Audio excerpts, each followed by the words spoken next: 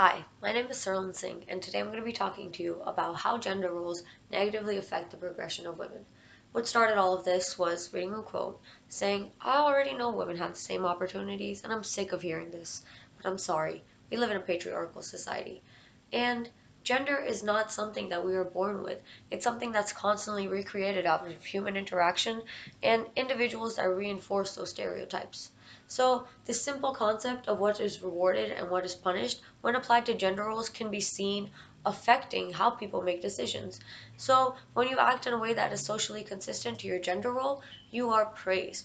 And when you don't, you're not praised. And that's not socially autonomous. So, nobody wants to feel isolated or ostracized. So, generation after generation, the same societal rules are passed down.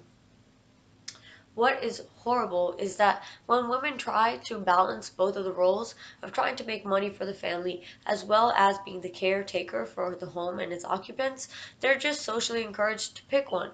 And we know which one they are going to be socially encouraged to pick. It is being the homemaker. And because of this, the gender role for women is changing while the men's has stayed consistent. So, if this is what society values, how are they going to react to someone when they behave in a non-traditional manner? And how does this really affect the individual? So, this internal conflict of having to choose between what is encouraged by society and what the individual actually wants to do can cause stress within people. Specifically in women, this is called feminine discrepancy stress. So, a study was done in 2018, and what they did was operationalized feminine discrepancy stress as psychological maladjustment containing negative coping behaviors such as substance abuse, sexual behavior, and suicide risk. Because when women don't behave in an expected manner of being nurturing, submissive, and attractive, they rely on negative coping behaviors. So, what this study did was look at 6th and ninth grade girls as well as girls from three levels of community risks. What they did was they tried to find how this was affecting gender role discrepancy and discrepancy stress. After asking the females how feminine they thought they were compared to the average girl, the results showed that discrepancy stress had a positive correlation with feminine discrepancy. This shows that those girls that reported that they were less feminine than the average girl showed that they had more stress and they were more likely to report psychological maladjustment. Those who reported that they were less feminine also were more likely to report trauma symptomology. What is really discouraging about this study is that many of these girls may not know that their peers are also experiencing discrepancy stress. And when they behave in a way that's socially accepted, they're just endorsing their peers to do so and continuously encouraging this way for women to behave in a certain way and socializing and normalizing these ideas. You might think that now has never been a better time to be a woman. We're more economically independent, socially autonomous, more of us are going to college, we're joining the workforce, and we're making the most money that we have in a long time. Or ever, actually. So, what? Why are we significantly underrepresented in leadership roles? Why are we significantly underrepresented in professions that are linked to high status? Why are we underpaid for the same work? And when I was going through studies, I saw surveys showing that businesses wanted to see equal amounts of men and women in their leadership positions. So if the intention to change is there, we have basic social and political frameworks, why is there still gender inequality?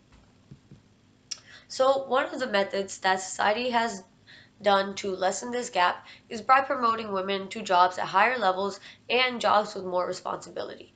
But as a 2016 study showed, views of the primary responsibility for the women is still to take care of the home and its occupants. So when I found a study that was showing the effects of gender discrimination, gender role and perceived gender discrimination, its effects on the attitude towards career progression, I thought it was really interesting because they asked questions such as, my main priority for personal happiness is to progress in my career, as well as a job is alright, but what women really want is a home and children.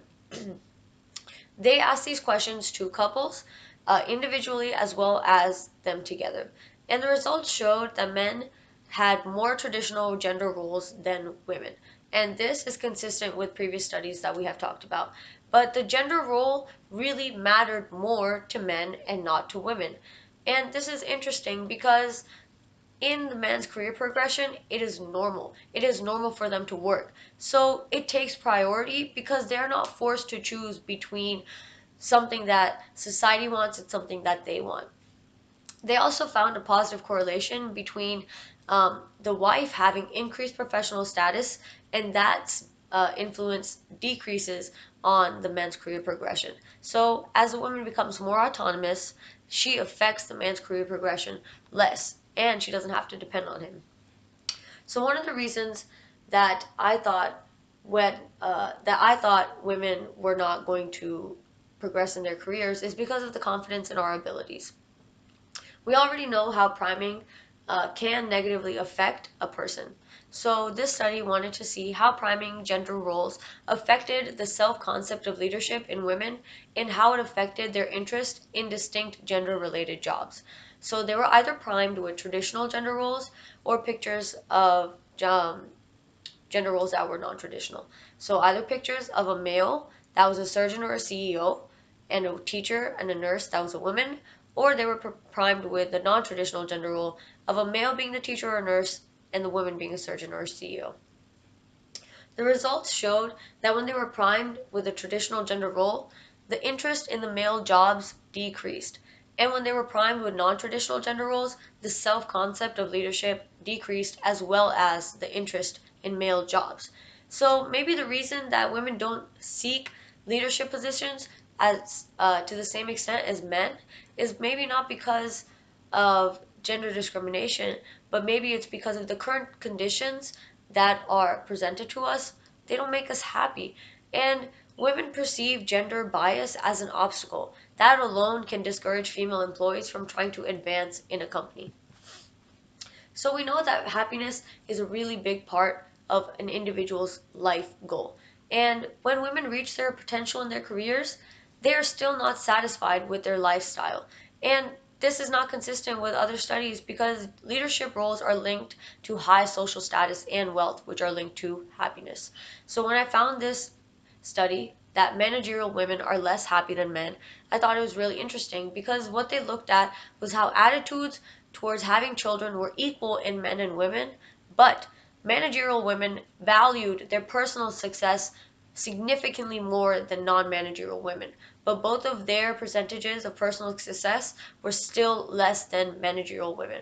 This just shows that in the present circumstances, it's harder for women to remain happy in these positions because of the social pressures of having to be a wife and having to have children. The reason that this time for women is so important is because of the biological clock. Because managerial careers usually take off during the ages of 35 and 45, this impact can be negative for the subjective well-being of female managers because they're socially encouraged at this time and they're biologically encouraged at this time to have children. So gender discrimination might not be the only thing stopping women from taking leadership roles. And yes, we have equal opportunities, but that is not equalities. We know that when both partners are working and putting an emphasis on their career, women continue to do more child rearing and still take care of the home more than men. And when we want to put complete effort towards our jobs, women cannot because they are still doing more. I just want you to hear these statistics. Females spend an average of 6 hours less in paid work and 13 hours more in unpaid household duties. So, because of this, men can actively work on their career more than women and move to higher roles in less amount of time. So, when I saw this quote, that's not a quote, this study that said women have an equivalent level of life satisfaction compared to men only when they receive significantly more money for each hour of time they spend at work. This just shows that maybe it's not society pushing us down, but it's the opportunities are not equal. If you are a mother, your chances of getting a job are reduced by 70%. and mothers have significantly higher poverty rates. So why would women be motivated to actually progress in their career? We know that we want to marry someone with similar background as us. So when women get more post-secondary degrees and move to higher roles in their jobs, their marriage prospects decrease, and that is not socially encouraged. What is even more interesting is that men are applauded for taking care of small babies, but when women want to focus on their career, they're looked at as bad mothers. This affects the individual by showing that women are experience more chronic stressors. And when we release more cortisol, we have a reduction in immunity. And this is showing because women are known to have an increased risk of developing health conditions. And women have shown that work is a positive thing for them because women who work compared to those who don't face less physical and mental health problems. When and in a worldwide society view, we have decreased the morbidity rate of women in the last 100 years, and these stress manifestations that we are more prone to get have also decreased in women. And yes, that may be due to the fact that we are becoming more socially autonomous and we are not behaving in a way that only society wants us to do. All we need to do is normalize the idea that women are equal, more equal than we are viewed as now. We have opportunities to get into universities, but we're not equal in the workplace. Women have a far more demanding lifestyle and responsibility than men. And all women want, is the same opportunities that men have always had. If women who are known to be the caretakers are not given the rules and the tools of freedom and to and the freedom to better their lives, they will not be able to choose what they want out of life. And this is going to continue the negative physical and mental health consequences that women experience on a day-to-day basis. This is going to lead and going to continue to decrease the advancement in jobs that women are trying to look for. So, thank you.